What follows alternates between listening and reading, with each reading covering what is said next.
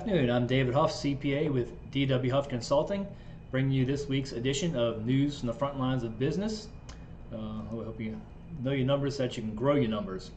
So here we are again. We made it through another week, May 5th, 2023 here. I can't believe the year's flying by so fast, but here we are. All right, so some interesting, developments that have kind of come up this week is, well, actually last week, but the I-bond interest rate. So we know twice a year we see that rate resets itself based on inflation numbers. So last week that was posted, and it's up now to this 4.3% number. So to emphasize a little bit more the different components of the I-bond interest rate. So we know it's we like these because they're issued by the Treasury. So if you don't remember our previous discussions there, so very safe as far as that goes. Not very much default risk.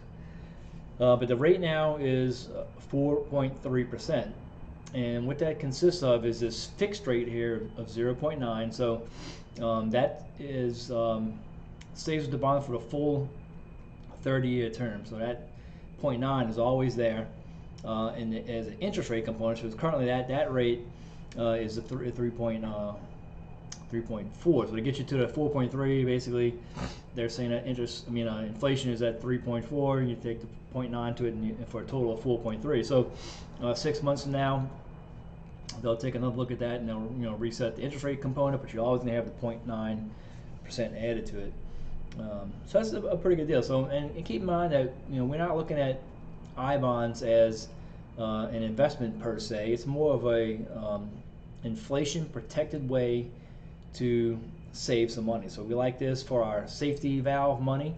As I mentioned, always we want to have some money that's liquid and just a regular passbook checking account, but we don't have too much there. So ideally we like to have a few months worth of living expenses and some kind of safe investment, but not too much, because if this money sits there for 10 or 15 years before you need it, that inflation component, right now it's 3-ish%, but prior to this it was 6.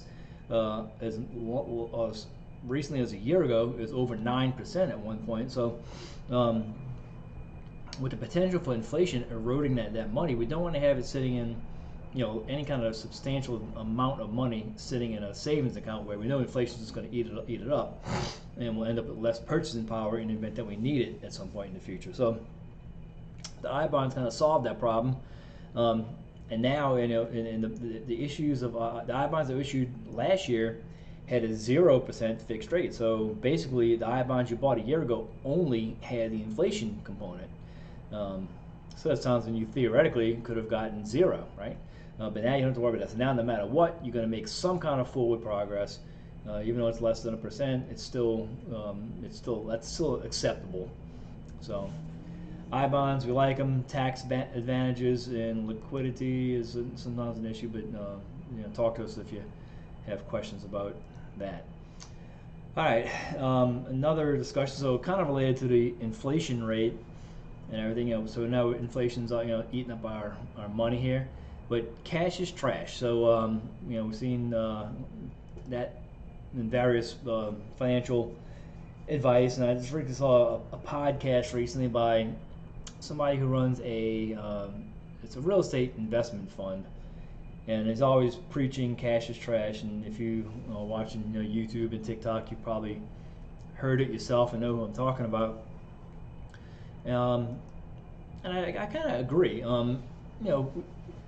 Look at the inflation rates. If you have a lot of money in the bank, what is it really doing for you? If it's sitting there, going down in purchasing power value, that's not really great. But equity is also not that great either. So we had a discussion this week. A client was talking about paying down their mortgage. All right, so had some money available and considering paying down the mortgage. So so cash isn't that great. Pay down the mortgage a little bit, you save a little bit in the way of mortgage interest expense. But after that, what do you have? A house with a low mortgage has equity. So basically that difference between what you owe the bank and what the house is worth is your equity. But what good does that really do you? All right, so most real estate goes up. If you had to generalize it, it goes up in some relation, some relative amount relative to inflation, right? So it's not really growing, right? So that equity in a house isn't doing you slightly better than the cash sitting in your savings account, but not really that much more. I mean, the equity, in order for you to tap into that equity and do anything with it, you'd have to go get a line of credit or sell the house or do something else. So that's kind of like almost like a sunk cost, right? So so what I would suggest, and this goes, I guess it goes doubly so for people who are owning rental properties, is leverage is better. So rather than turn around and pay that mortgage down and save, this was obtained when the mortgage rates were somewhere around the 3% range. So rather than saving 3%, why not take that money and invest it somewhere? There's dividend paying stock-based mutual funds that most of those things yield 3-4%. That's a good option. There's some growth potential there. There's CDs right now are throwing off close to 4%. Not a bad idea. And then you got money that you have earnings that you can now use to buy something else. So if you want to take that vacation, or upgrade your car or your bike or whatever, you got something you can work with. Whereas paying down that mortgage might feel good. Maybe even if you pay the thing off, it might feel great to have that paid off bond in your hand, that deed in your hands. But what's it really do? But a little more purchasing power would be preferable. So so we emphasize too, control of income generating assets. So if you could take that money that you would use to pay down your mortgage and make a down payment on a rental property and finance the rest, and assuming that you've structured the deal in such a way where the mortgage is covered by the rental revenue, you're better off, because if you have a rental property that's positive cash flow, now you got some more money coming in to work with to do the things you want. So controlling an income generating asset, even if you don't have that asset completely paid off, control of it is where the action is. Purchasing power, so the ability to buy what you want to buy when you want to buy it and have that freedom, to me, is more valuable than a paid off house. So cash is trash, equity is, I guess, a close second as far as uselessness. LLC, so whether they have rental properties or any kind of business interest, I'm seeing more and more advertisements on YouTube and television even for these companies that are advertising they'll set up an LLC for you. I've even seen marketing companies. So in addition to like the LegalZoom, the Inc. File, etc., all the I guess the usual suspects, we now have these other companies out there that'll do it. And yes, it is very easy to set up a limited liability company. Secretary of State in Louisiana has a website, one-page application, you pay a fee, and bam, you got it. So, I guess the first question you got to ask yourself here before you even proceed down that path is, do you even need one? All right, so I would suggest that if you're doing any kind of for-profit business activity, I can't think of a reason not to have one, because a LLC gets to choose how it wants to be taxed. Right, so if you're a single person just operating by yourself, you're still going to have a little bit of liability protection. That's the whole point of the limited liability company. But it doesn't necessarily have to complicate your tax reporting, because an LLC can be taxed as a sole proprietorship. You can admit other people and have a partnership, corporation, whatever you want. So I guess need one? Yeah. If you're doing any kind of business, you need one. That also opens up the opportunity for opening up a commercial checking account at the bank, which is good. We like to have our banking, that for business-related banking, separate from our personal banking. So that LLC will allow you to do that in a pretty inexpensive manner. So at a minimum, do some kind of LLC. But then the next question becomes, can you use one of those advertised companies, these even a marketing company, can you use somebody to fill it out for you? You can, right? And they're going to give you a basic boilerplate, very, very basic LLC that follows the default provisions of whichever state you reside in. So that's probably okay. Most of the time it's okay. until it's not okay. So when something happens and you get sued or you try to admit a partner, that basic boilerplate document might not be an advantage to you. So I would say, my third point is, when should you use an attorney? Is really, if it's anybody other than you owning it, absolutely get an attorney involved from the start.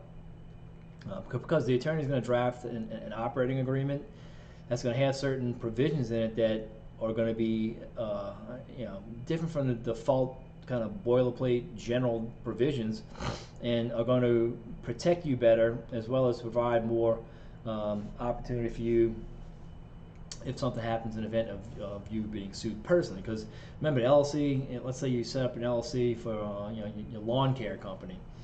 Well, if you're out cutting grass and somebody gets hurt that on the job, that that will protect the assets of the LLC. You. So basically, the assets of the LLC will still be at risk. You'll be safe. However, if something happens where you get sued personally, sometimes they could take over your lawn care company. So there's ways to write that document that an attorney has to do. So you really have to have a skilled person in that case to really protect you from every possible angle. There's words in it that might not be in the LegalZoom document that you're getting for $60, right? So it's money well spent. In my experience, drafting the LLC and doing an operating agreement could be anywhere between $1,500 and $2,500, even if it's a more basic scenario. Was probably money well spent.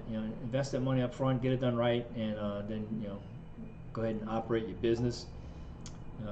Or maybe even start it up with one of the cheap e-services, and at some point have your operating agreement looked at by an attorney and modified. So, I don't know, a few things to think about there. Talk to us if you have questions.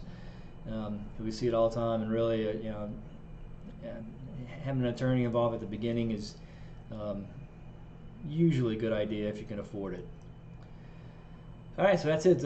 My closing thoughts for this week is to find the stillness. So sometimes when things are getting really stressful, I find that very quiet time in the morning when you're having a cup of coffee, 6 o'clock in the morning before the emails start coming in and rolling in, is very helpful to your state of mental well-being. But I did cut and paste this thing from the Daily Stoic. I know it's hard to see, but there's this one sentence here where they say, no matter what's happening, we must be the rock with waves crashing around us. So I guess think about finding that inner stillness, and that's kind of what they talk about here. It's hard, but try and find a way to find that inner peace, that calmness, and then get up and attack your day. So that's what I've been doing these last few days. Morning coffee, let the dogs out, just kind of get gradually ramp up, and then 7:30, 8 o'clock in the morning, all hell breaks loose, and here we are again until Friday. So anyway, with that, enjoy your weekend, and we will see you out here next week.